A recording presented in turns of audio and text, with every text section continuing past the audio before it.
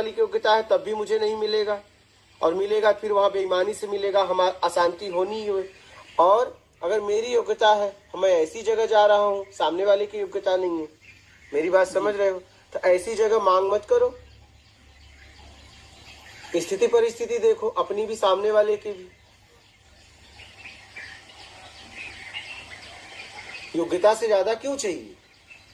अशांति का कारण क्या है पता है? योग्यता से ज्यादा पाने की इच्छा। तो ध्यान क्यों करना चाहते हो बताओ? क्या ध्यान करने से शांति मिलेगी? ध्यान करने से अशांति हुई है। ताला जिस चाबी से बंद होगी उसी से खुलेगी। तो ध्यान, आपको अशांति कहाँ से हुई है? आपके कर्म से। कैसे हुई है? कर्म से। तो ध्यान करने से कैसे आपको शांति मिलेगी? तो कैसे मिलेगी? हाँ, तो वही तो बात है। कैसे मिलेगी बताऊंगा, लेकिन पहले आप तो समझ लो कि आप गलत ट्रैक पे जा रहे हो, गलत रास्ते पे जा रहे हो, वो ढूंढ रहे हो, वो है ही नहीं है। ध्यान तो अपने आप घटित होता है जब मुझे चाहिए। आपको पता है परेशानी किससे है? विचार आते हैं। विचार कहाँ से आते हैं? जब आपको कुछ चाहिए।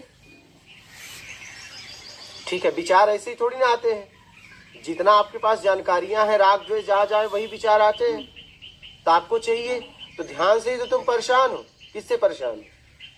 आपकी परेशानी का कारण क्या है आपको पता है? क्योंकि हम फोकस वहीं पे लगा रहे जो हमें चाहिए।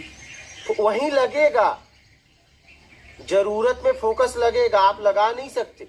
आपको भूख लगी है तो आप कभी और जगह फोकस नहीं लगा सकते। भोजन कर लो फिर फोकस वहां लग जाएगा, अपने आप लगता है। जरूरत में फोकस लग जाता है, आपको लगाने की जरूरत नहीं है, लेकिन आप जबरदस्ती कर रहे हो।